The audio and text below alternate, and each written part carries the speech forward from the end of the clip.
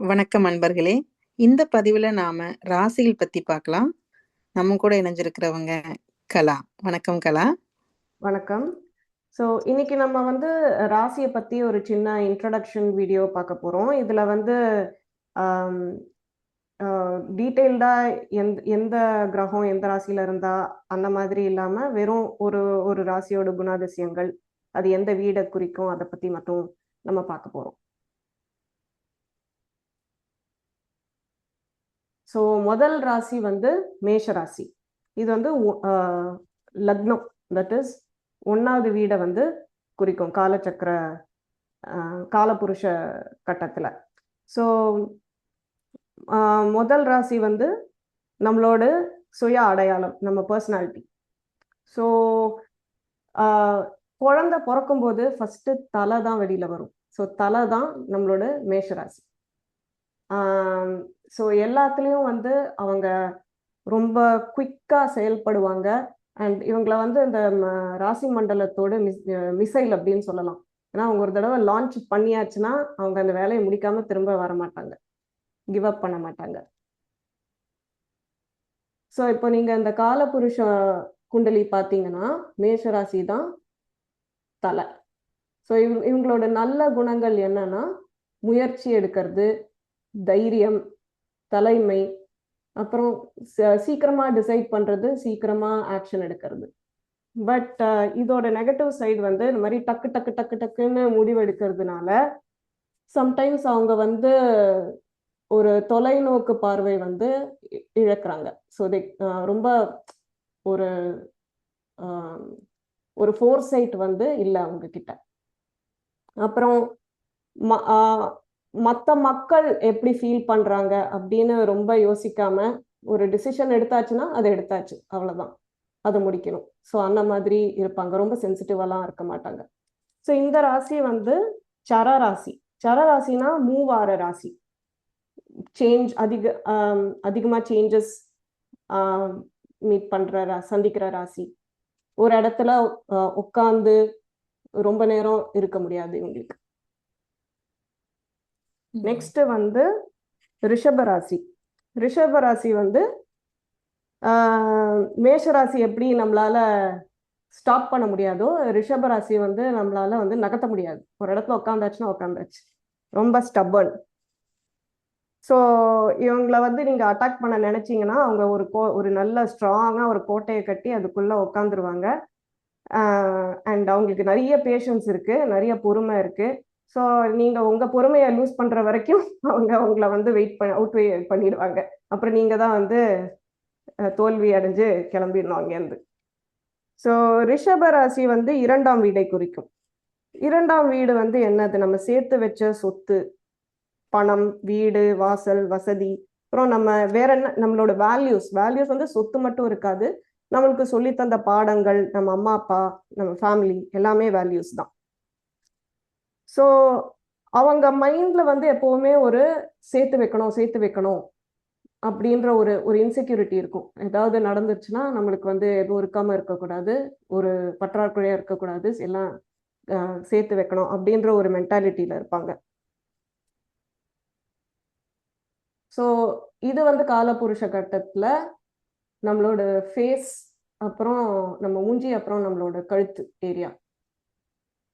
ஒரு விஷயம் சொல்ல மறந்து போயிட்டேன்.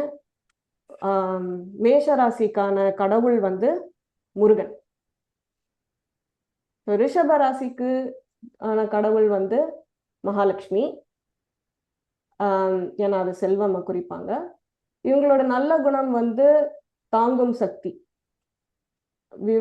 விஸ்வாசம், பொறுமை, முன்னாடி சொன்ன மாதிரி.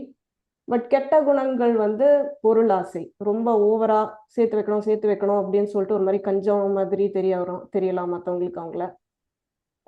அப்புறம் மாற்றத்திற்கு எதிர்ப்பு, அவங்களால சேஞ்சை வந்து ஈஸியாக அக்செப்ட் பண்ண முடியாது.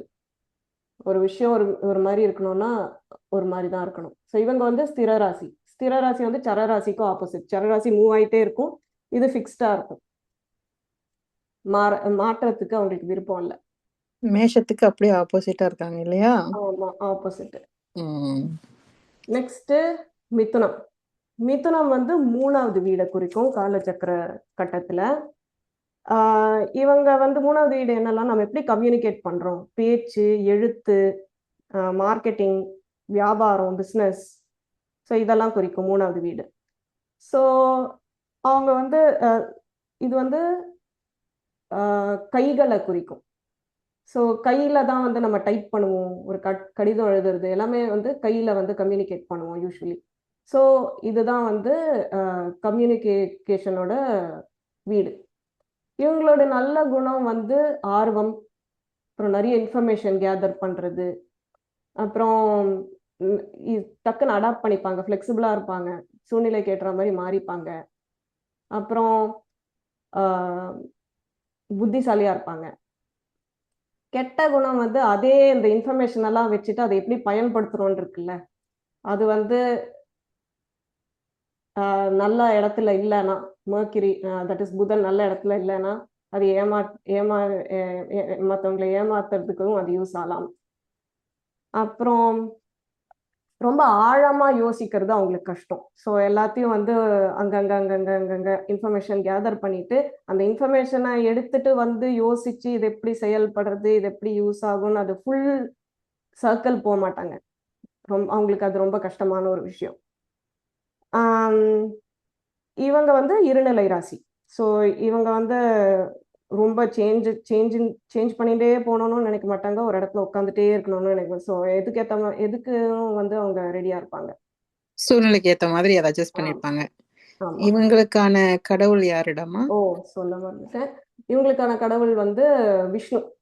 ஏன்னா இப்போ நீங்க புராணத்துல பாத்தீங்கன்னா டக்குன்னு யோசிச்சு புத்திசாலித்தனத்தை யூஸ் பண்ற கடவுள் வந்து விஷ்ணு. இங்க வாமன அவதாரத்திலையும் பாத்தீங்கன்னா அவர் சின்ன பையனா வேஷம் போட்டு மகாபலிய வந்து ட்ரிக் பண்ணிடுவாரு. அதே மாதிரி மோகினி அவதாரம் வேஷம் போட்டு யாருக்கு அமிர்தம் சேரணுமோ அவங்களுக்கு போய் கொடுப்பாரு. ஆமா. சோ அந்த புத்திசாலித்தனத்தை யூஸ் பண்ற கடவுள் விஷ்ணு. நெக்ஸ்ட் கடகம். கடகம் வந்து 4வது ராசி, 4வது வீடை குறிக்கும். அது என்னன்னா அம்மா, உணர்ச்சிகள், வீடு, பாதுகாப்பு, மன நிம்மதி, இதெல்லாம். பட் இவங்க ரொம்ப இமோஷனலா இருப்பாங்க, ஆனா சாஃப்ட் கேரக்டர் அப்படின்னு நம்மளால யோசிக்க முடியாது. ஏன்னா அந்த ராசி மண்டலத்திலேயே ஒரு கவச்சம் போட்டுட்டு இருக்கிற ஒரே ராசி வந்து கடகராசி. ரொம்ப ஹார்ட் ஷெல் அவங்களுக்கு. ஸோ அதனால்தான் அந்த மிலிட்ரி பங்கரோட பிக்சரை போட்டிருக்கேன். ஏன்னா அதுதான் அவங்க. அவங்க வந்து எல்லாம் டீப்பா இமோஷனலா ஃபீல் பண்ணுவாங்க, ஆனா ரொம்ப ஒரு ஸ்டப்பர்ன், யாரையும் நம்ப மாட்டாங்க. நம்பாததுனால தான் அவங்க வீடே அவங்கள முதுகிலேயே தூக்கிட்டு அலைவாங்க. ஸோ இது வந்து நம்மளோட செஸ்ட் ஏரியா, ஹார்ட். ஏன்னா அங்கதான் அவங்களோட இமோஷன்ஸ். ஸோ இவங்களோட நல்ல குணங்கள் வந்து ரொம்ப கேரிங், அக்கறை உள்ளவங்க, அனுதாபம், எம்பத்தி, அண்ட் ரொம்ப உறுதியா இருப்பாங்க. ஆனா கெட்ட குணங்கள் அதே சமயத்துல இமோஷனலா பிளாக்மெயில் பண்றது, அப்புறம் ஏதாவது சண்டை வந்ததுன்னா குவைட்டாகி போய் பேசவே பேசாம ரொம்ப அந்த மாதிரி பாசிவா பிஹேவ் பண்றது, அண்ட் நேரா மோதி சண்டை, மேஷம் மாதிரி நேரா மோதி சண்டை போடாம கொஞ்சம் இமோஷனலா பிஹேவ் பண்றது, அப்புறம் குரூப் ஃபார்ம் பண்ணிக்கிறது, வெளியாட்களை வந்து நம்பாம உள்ள சேர்த்துக்காம அந்த மாதிரி இருக்கிறது. ஸோ இவங்க வந்து சரராசி. இவங்களுக்கான கடவுள் கடவுளை மறந்துடுறேன். இவங்களுக்கு வந்து சிவபெருமான் ஃபர்ஸ்ட் கடவுள். ஏன்னா சந்திரனை வந்து அவர் தான் சந்திரசூடேஸ்வரர் தலையில வச்சிருக்காரு. பட் இவங்களுக்கு பார்வதி அம்பாளும் வந்து ரொம்ப முக்கியம். ஏன்னா அந்த கேரிங் குணம், அந்த நெகட்டிவிட்டியை கம்மியாக்கி அதை பாசிட்டிவா சேனல் பண்றது, அந்த அம்மாவோட குணங்களை பாசிட்டிவா சேனல் பண்றது வந்து நம்ம அம்பாள். ஸோ அவங்கள நமஸ்காரம் பண்றது நல்லது. நெக்ஸ்ட் வந்து சிம்மம். சிம்மம் வந்து நம்ம ராசி மண்டலத்தோட ராஜா. ஸோ ராஜா இல்லைன்னா எப்படி நாடு இல்லையோ அதே மாதிரி சிம்மம் இல்லைன்னா எல்லாமே சிஸ்டம் கொலாப்ஸ் ஆகிடும். ஸோ இது 5வது வீடை குறிக்கும். 5வது வீடுனா கிரியேட்டிவிட்டி, படைக்கும் தன்மை, கலைகள், மேடையில் ஸ்டேஜில் ஏறி பேசுறது, மேடை பேச்சு, மேடையில் வந்து என்ன லைக் பெர்ஃபார்ம் பண்ணுறது, இதெல்லாம் சிம்மம். சிம்மம் வந்து ஸ்டமக், நம்மளோட வயிறு, காலபுருஷ குண்டலியில். ஸோ இவங்களோட நல்ல குணங்கள் வந்து என்ன விஷயம் எடுத்தாலும் அவங்க தனியாக தெரிவாங்க. ஸோ பிரகாசம், பெருந்தன்மை, அப்புறம் மக்களை வந்து ஊக்குவிக்கும் திறன், அவங்கள வந்து இன்ஸ்பயர் பண்ணுவாங்க. ஒரு நேச்சுரலாக ஒரு லீடர் எப்படி இருக்கணுமோ, ஒரு தலைவன் எப்படி இருக்கணுமோ அதுதான் அவங்களோட கேரக்டர். கெட்ட குணங்கள் வந்து அதே தப்பான வழியில் போச்சுன்னா ரொம்ப ஈகோ, நான் ரொம்ப தான் ரொம்ப பெரிய பர்சன், அவங்களால வந்து அவங்கள இக்னோர் பண்ணிட்டீங்கன்னா அவங்களால ஏற்றுக்கவே முடியாது. ஸோ அவங்கள ஃபஸ்ட்டு நீங்கள் மதிக்கணும். நீங்கள் அவமதிச்சிட்டிங்கன்னா அவங்களால அதை தாங்க முடியாது. ஸோ இவங்களும் ஸ்திரராசி. இவங்களுக்கான கடவுள் கடவுள் வந்து ருத்ரன். ஏன்னா அந்த ஹீட், அந்த சூரியனோட ஹீட்டும் அதே எனர்ஜி தான் ருத்ரனோட ஹீட். பட் ராமரும் சொல்லுவாங்க, ஏன்னா ராமர் வந்து சூரிய வம்சம். அண்ட் ராமருக்கு வந்து அந்த கெட்ட குவாலிட்டிஸ், அந்த ஈகோ, அதெல்லாம் கோபம் அதெல்லாம் இல்லாம ஒரு லீடரோட நல்ல குவாலிட்டிஸ் எல்லாமே.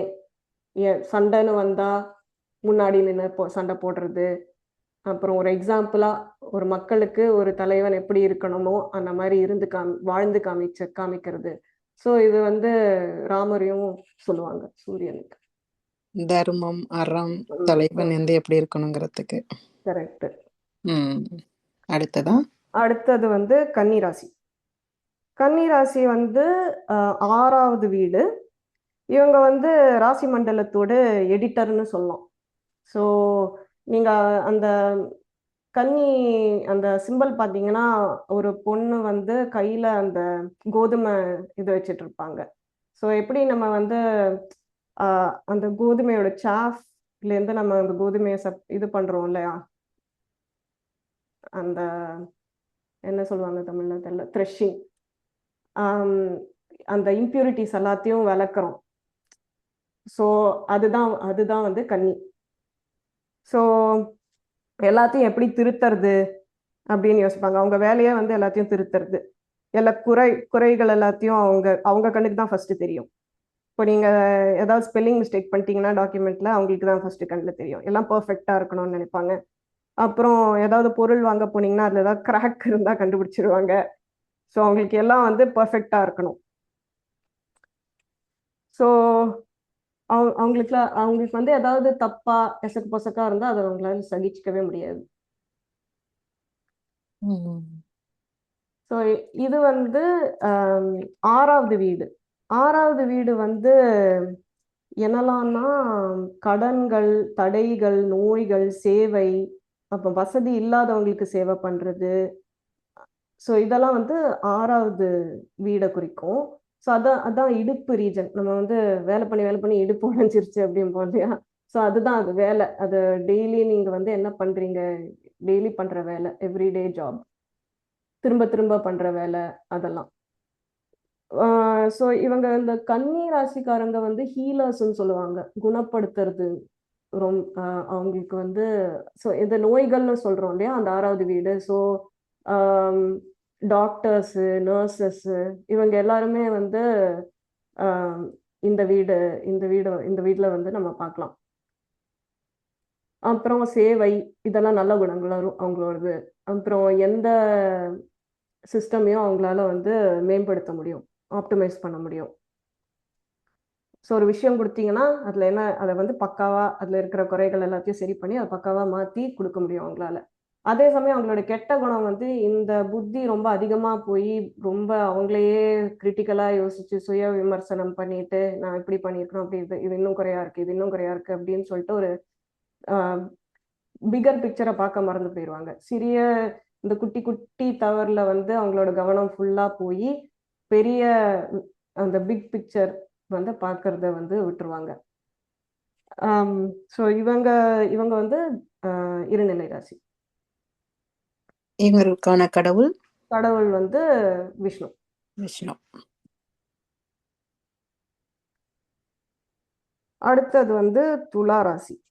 துலா ராசி வந்து இவங்களோட பெரிய பவர் என்னன்னா, அவங்களோட ஐடியா வந்து உங்களோட ஐடியா நம்ப வைக்கிறது. அவ்வளோ டிப்ளமேட்டிக் அவங்க. ஒரு விஷயத்த வந்து உங்களை கன்வின்ஸ் பண்ணணும்னு நினைச்சாங்கன்னா கன்வின்ஸ் பண்ணிடுவாங்க. அவங்களுக்கு வந்து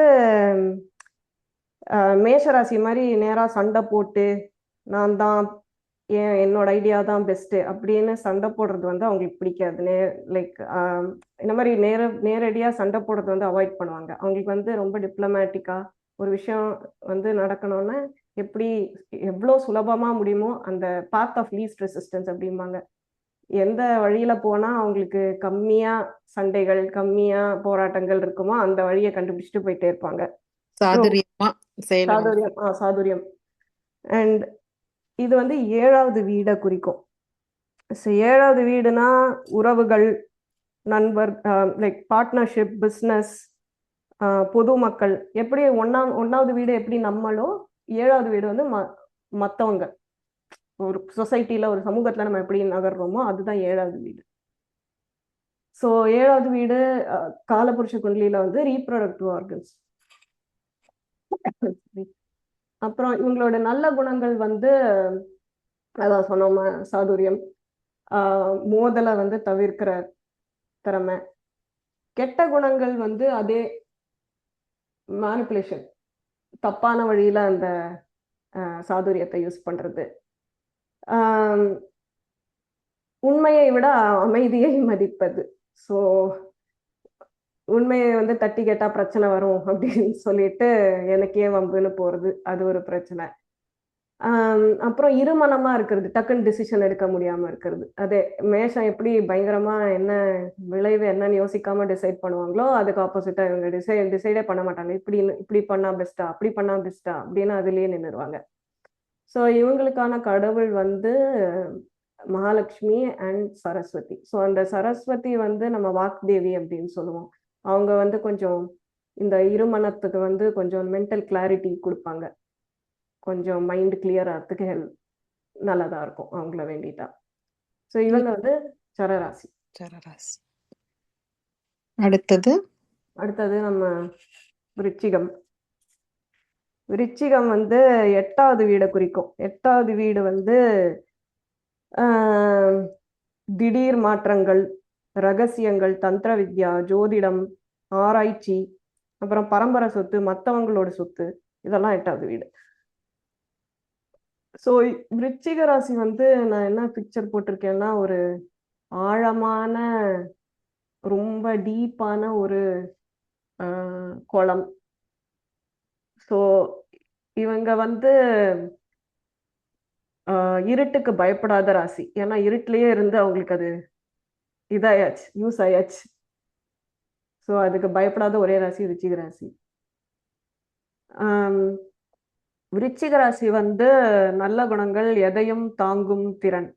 ஏன்னா அவங்களுக்கு லைஃப் ஃபுல்லா அப்ஸ் அண்ட் டவுன் பார்த்துருப்பாங்க. மேலே கீழே மாற்றங்கள், ஏமாற்றங்கள் எல்லாத்தையும் ஃபேஸ் பண்ணியிருப்பாங்க. ஸோ அவங்களுக்கு எதுவுமே புதுசு கிடையாது. அதே தான் எக்ஸ்பெக்ட் பண்ணுவாங்களுமே. ஸோ அது வந்து நீங்க அந்த மைண்ட் செட்லயே இருந்தா உங்களுக்கு சடனா ஏதாவது வந்தா ஒன்றும் தெரியாது இல்ல. ஸோ அந்த மாதிரி. அப்புறம் அவங்க ரொம்ப சைக்கிக்கா யோசிப்பாங்க. அவங்களுக்கு வந்து ஒரு விஷயம் நடக்க போறது, இல்லாட்டி இதுல ஏதோ சரியில்லை, இதெல்லாம் முன்னாடியே தெரியும் அவங்களுக்கு. ஸோ அந்த மன உள்ளுணர்வு. அப்புறம் காயத்தை ஆற்றும் சக்தி. ஏன்னா அவங்க காயப்பட்டவங்கிறதுனால ஒருத்தங்க அது கோத்ரூ பண்ணாதான் அவங்க பேசுறது மற்றவங்க நம்புவாங்க. ஸோ இவனும் அதே கோத்ரூ பண்ணியிருக்கான் அப்படின்னு அவர்கிட்ட இருந்து வரும்போது அது இன்னும் சக்தி வாய்ந்ததா இருக்கும். ஸோ அவங்களுக்கு வந்து அந்த ஹீல் பண்ற என்ன கரெக்டா என்ன சொல்லணும், என்ன அட்வைஸ் கொடுக்கணும் அப்படின்றது அவங்களுக்கு தெரியும். கெட்ட குணங்கள் வந்து சந்தேகம். ஸோ இதை நிறைய இந்த இருட்டை நிறைய சந்தித்ததுனால, மக்கள்ல இருக்கிற கெட்ட குணங்கள்ல அதிகமா பார்த்ததுனால ஒரு சந்தேகத்திலேயே இருப்பாங்க. யாரையும் ஈஸியா நம்பாம. ஸோ அது ஒரு மாதிரி நெகட்டிவிட்டியில தான் கொண்டு விடும். அப்புறம் அவங்க எண்ணங்கள் வந்து மேலே கீழே மேலே கீழே இருக்கும். பிகாஸ் இந்த ராசியே வந்து ஒரு மேலே கீழே போகிற ராசி. மூட் ஸ்விங்ஸ், மூடி அதெல்லாம் அதிகமாக இருக்கும். இவங்க வந்து ஸ்திர ராசி. இவங்களுக்கான கடவுள் வந்து முருகன். அடுத்தது வந்து தனுர் ராசி. தனுர் ராசி 9வது வீடை குறிக்கும். 9வது வீடு என்னன்னா குரு, ஞானம், அப்பா. ஏன்னா அப்பா தான் நம்மளோட ஃபர்ஸ்ட் குரு. அப்பாவோட பாடங்கள், குருவோட பாடங்கள், உபதேசங்கள், ப்ரொஃபஸர், ஆசிரியர், யூனிவர்சிட்டிஸ், பல்கலைக்கழகம், இதெல்லாம். ஸோ இவங்க யாருன்னா துன்பத்துல அர்த்தம் தேடுறவங்க. ஸோ இவங்க வந்து கொஞ்சம் ஆப்டிமிஸ்ட் அப்படின்னு சொல்லலாம். ராசி மண்டலத்தோடு நம்பிக்கை தான் முக்கியம் அப்படிங்கிறது அவங்களுக்கு, அது அதை தான் அவங்களோட மெயின் இது, அதான் அவங்களுக்கு ரொம்ப முக்கியம். ஸோ இவங்க இவங்க வந்து தொலைநோக்கு பார்வை கொண்டவர்கள். அப்புறம் இவங்க ஒரு ஐடியாவை வந்து அவங்களுக்கு எப்படி விற்கிறதுங்கிறது அவங்களுக்கு நல்லா தெரியும். ஸோ ஒரு முக்கியமான விஷயம் வந்து நம்பிக்கை. இந்த நம்பிக்கைங்கிற ஐடியா வந்து அவங்களுக்கு விற்க தெரியும். ஸோ அந்த பெரிய பெரிய மோட்டிவேஷனல் ஸ்பீக்கர்ஸ்ன்னு சொல்லுவோம்.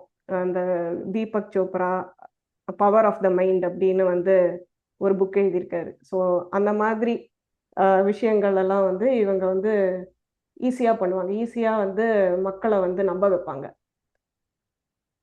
கெட்ட குணங்கள் வந்து ஒரு அவங்களோட கொள்கையை வந்து பிடிச்சாச்சுன்னா அதை அதை வந்து ஆர்கியூ பண்ணுறதோ இல்லை மற்றவங்களோட வேற ஒரு ஒப்பீனியனை வந்து எடுத்துக்கிறதோ அதெல்லாம் வந்து அவங்களால முடியாது. ரொம்ப பிடிவாதமாக இருப்பாங்க. அப்புறம் மற்றவங்களோட தேவையை புரிஞ்சுக்காம அவங்களோட ஐடியாவை வந்து இம்போஸ் பண்ணுறது. ரொம்ப நான் உனக்கு தேவையோ இல்லையோ இதை வந்து இதுதான் உனக்கு ஹெல்ப் பண்ணும் அப்படின்னு அவங்களுக்கு என்ன ஹெல்ப் பண்ணும்னு அவங்களுக்கு தெரியும். பட் இவங்களோட மைண்ட்ல வந்து இதுதான் அவங்களுக்கு ஹெல்ப் பண்ணும் அப்படின்னு அதை திணிக்கிறது. ஸோ இது வந்து இருநிலை ராசி. இவங்களோட கடவுள் வந்து தட்சிணாமூர்த்தி. அடுத்தது வந்து மகர ராசி. மகர ராசி வந்து 10ஆம் வீடு. ஸோ இது வந்து ராசி மண்டலத்தோடு கட்டிட கலைஞர்கள், ஆர்கிடெக்ட்ஸ். ஸோ இவங்க வந்து தனு ராசியோட ஆப்போசிட். ஸோ நம்பிக்கையெல்லாம் எதுலேயும் வைக்க முடியாது, நம்ம மேலே தான் நம்மளே நம்பிக்கை வைக்கணும், நம்ம வந்து எஃபர்ட் போடணும், நம்ம வந்து ஒழுக்கமாக இருக்கணும் அப்படின்னு யோசிக்கிறவங்க. ஸோ இவங்களை பொறுத்த வரைக்கும் எல்லாத்தையும் பிளான் பண்ணிடணும் ஃபர்ஸ்டே எல்லாமே. ஏன்னா அவங்களுக்கு வந்து அவங்களால மாற்ற முடியாததை பற்றி ரொம்ப கவலை. லைஃப்பில் நிறைய விஷயம் சேஞ்ச் ஆகிட்டே இருக்கு, என்னால் மாற்ற முடியல, எனக்கு கண்ட்ரோல் இல்லை. ஸோ என்ன என்னால் கண்ட்ரோல் பண்ண முடியும்? பிளான் பண்ணி என்னால் எவ்வளோ எஃபர்ட் போட முடியுமோ அவ்வளோ எஃபர்ட் போடணும். ஸோ அதுதான் அவங்களோட மைண்ட் செட்.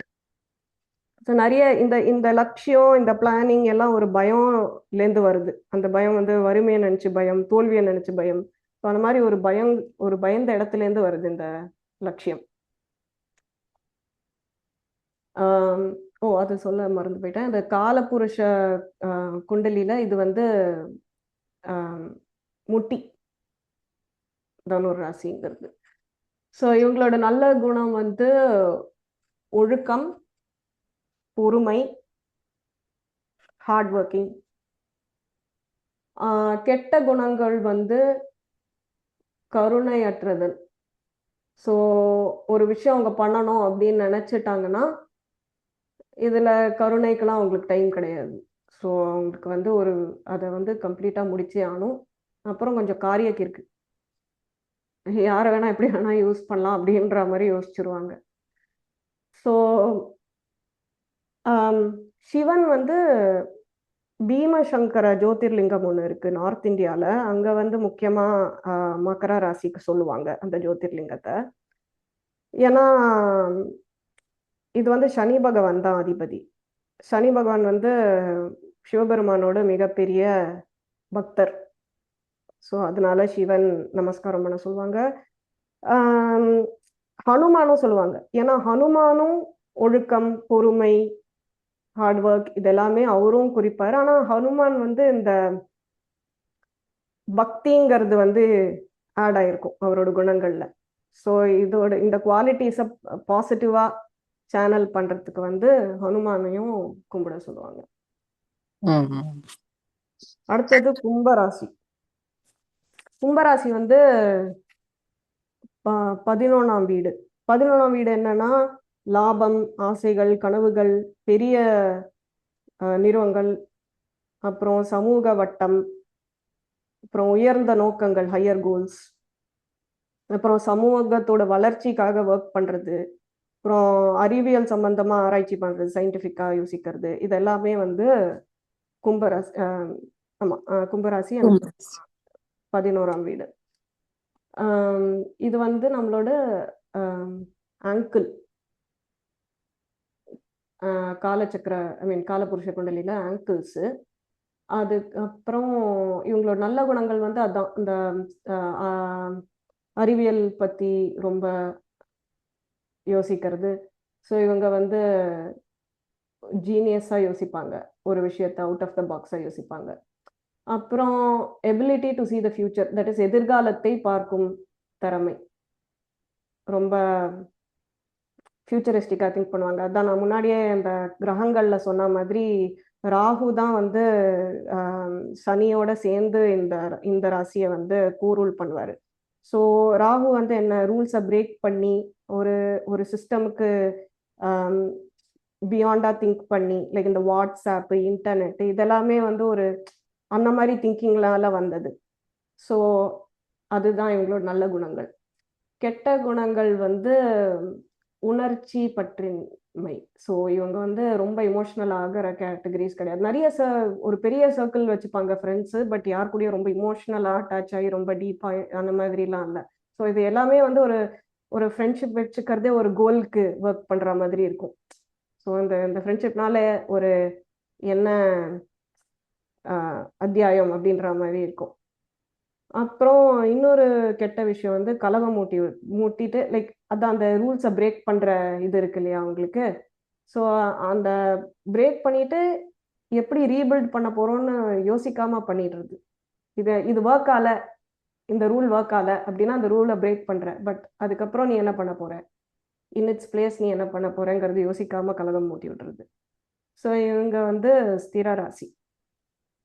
கடவுள் கடவுள் வந்து சிவபெருமான். பிகாஸ் இதுவும் வந்து சனி, மகரத்துக்கும் கும்பத்துக்கும் சனி அதிபதியா சனி தான் அதிபதி. அதிபதி. அடுத்தது கடைசியா கடைசி ராசி மீன ராசி. மீன ராசி 12ஆம் வீடு. ஸோ இவங்க வந்து ட்ரீமர்ஸ் அப்படின்னு சொல்லலாம். இந்த ராசி மண்டலத்தோட கனவு காண்பவர்கள். 12ஆம் வீடு என்னெல்லாம் குறிக்கும் அப்படின்னா கற்பனை, கனவுகள், தனிமை, ஆன்மீகம், பின்னணியில வேலை செய்யறது, யாருக்கும் தெரியாம வேலை செய்யறது, இந்த மாதிரி ஜாப்ஸ். ஸோ காலபுருஷ குண்டலியில இது வந்து நம்மளோட பாதம். இவங்களோட நல்ல குணங்கள் வந்து